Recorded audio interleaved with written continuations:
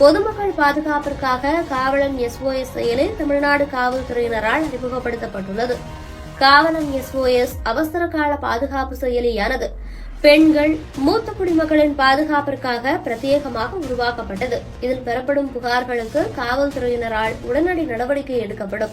அவசர தேவையின் போது கைபேசியை அதிரச் செய்தாலே காவல் தலைமை கட்டுப்பாட்டு அறைக்கும் அவர்கள் காவலன் SOS செயலியில் பதிவு செய்துள்ள 3 உறவினர்கள் அல்லது நண்பர்கள் எண்ணிற்கும் இருப்பிட தகவலுடன் எச்சரிக்கை குறுஞ்செய்தி அனுப்பப்படும். மேலும் செயலியில் உள்ள SOS பட்டனை தட்டினால் மொபைலில் போட்டோ ஆன் செய்யப்பட்டிருந்தால் உங்கள் கேமரா தானாக திறந்து இருப்பிட புகைப்படங்கள் மற்றும் வீடியோக்களை காவல்துறை கட்டுப்பாட்டு அறைக்கு அனுப்பி வைக்கும்.